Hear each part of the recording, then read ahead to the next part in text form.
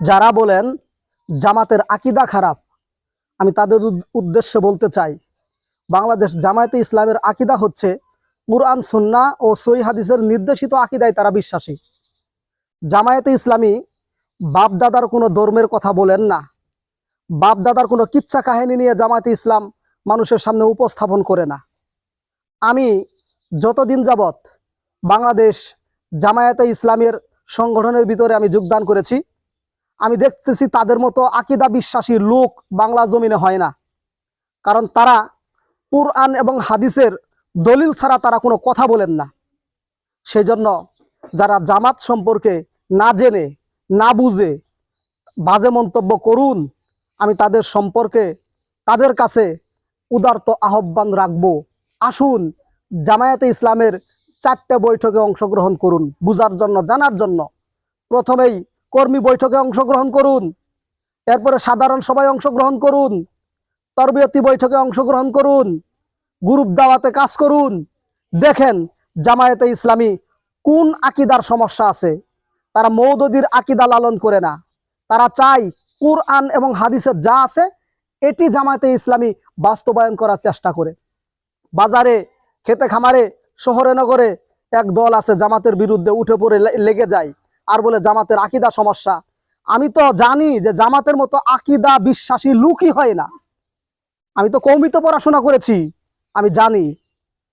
প্রিয় বন্ধুগণ, আসুন আমরা ভেদাভেদ ভুলে যাই। কবরে আমাদের সকলেরই যেতে হবে, পরপারে আমাদের হাজির হওয়া লাগবে।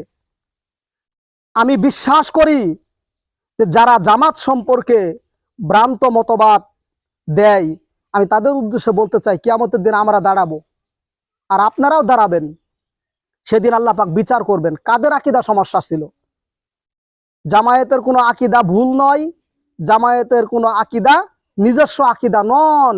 জামায়াতের আকীদা হচ্ছে কোরআন এবং সহিহ হাদিসের নির্দেশিত আকীদা।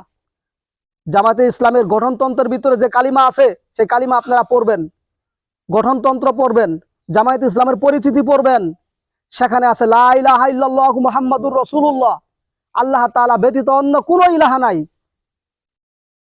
শেষ নবী মুহাম্মদুর রাসূলুল্লাহ সাল্লাল্লাহু আলাইহি ওয়াসাল্লাম আল্লাহ তাআলার রাসূল, যার কথা হলো আল্লাহই একমাত্র রব, বিধানদাতা। মুহাম্মদুর রাসূলুল্লাহ সাল্লাল্লাহু আলাইহি ওয়াসাল্লাম মানব জাতির সর্বক্ষেত্রে আদর্শ অনুসরণীয় একজন নেতা। কোরআন সুন্নাহর বিধানই হলো মানব জাতির একমাত্র পূর্ণাঙ্গ জীবন বিধান। মহানবী মুহাম্মদ সাল্লাল্লাহু আলাইহি ওয়াসাল্লাম মানব জাতির জন্য আদর্শ অনুসরণীয় একজন নেতা। দিন ইসলাম কায়েমের আন্দোলনের লক্ষ্যই হলো মুমিন জীবনের লক্ষ্য, আর আল্লাহ তাআলার সন্তুষ্টি, পরকালে মুক্তি মুমিন জীবনের কাম্য। প্রিয় বন্ধুগণ, এই কালিমার কথা জামায়াতে ইসলামী বলে। কোরআন শরীফের মধ্যে ধর্মের কথা আছে, কোরআন শরীফের মধ্যে মানবতার কথা আছে, কোরআন শরীফের মধ্যে এমন কোন সমাধান নাই যে আল্লাহ তাআলা তুলে ধরেন নাই। কোরআনে যা আছে, হাদিসে যা আছে, সেগুলো বাংলাদেশ জামায়াতে ইসলামের অনুসারীগণ সেগুলো গবেষণা করে করে মানুষের সামনে উপস্থাপন করে। আমি যতদিন যাবৎ জামায়াতে ইসলামের ভিতরে যোগদান করেছি, আমি দেখি নাই যে কোনো ব্যক্তির কথা তারা বলছে। আমি দেখতেছি তারা কোরআন এবং হাদিস ছাড়া কোনো কথা বলেন না।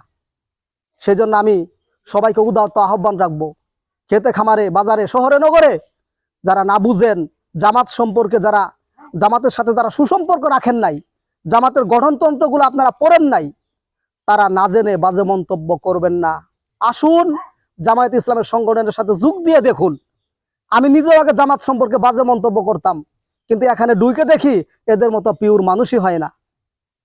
এজন্য আপনাদের কাছে উদারত আহ্বান রাখবো, দাওয়াত পেশ করলাম, আসুন আমরা ভেদাভেদ বলি, আসুন আমরা একে অপরের দোষাদোষি বন্ধ করি, গীবত শেখায়েত বন্ধ করি, আসুন আমরা ঐক্য প্রতিষ্ঠা করি।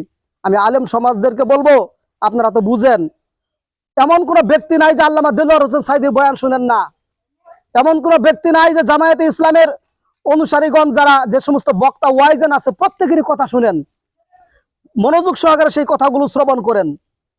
কিন্তু ব্যক্তি স্বার্থ হাসিলের জন্য আরেকটা দলকে আকীদার ট্যাগ লাগিয়ে এই জাতি থেকে বিতাড়িত করা যাবে না। জামায়াতে ইসলামী 1941 সালে প্রতিষ্ঠিত হয়েছে। আল্লাহর প্রতি দৃঢ় বিশ্বাস আছে বিদায় হাঁটি হাঁটি পা পা করে এখন বিজয়ের প্রান্তে এসে দাঁড়িয়ে গেছে। এজন্য আসুন আমরা সমস্ত দল, ইসলামী দলগুলা একত্রিত হইয়া জামায়াতে ইসলামের হাতকে শক্তিশালী করে এ দেশকে ইসলাম কায়েম করি, দুর্নীতি মুক্ত করি, দুঃশাসন মুক্ত করি, ন্যায় প্রতিষ্ঠা করি। সবাইকে জামায়াতে ইসলামের সংগঠনের ভিতরে সবাইকে যোগদান করার জন্য অনুরোধ পেশ করে দাওয়াত দিয়ে আমি আমার কথা শেষ করছি। আসসালামু আলাইকুম ওয়া রাহমাতুল্লাহি ওয়া বারাকাতুহু।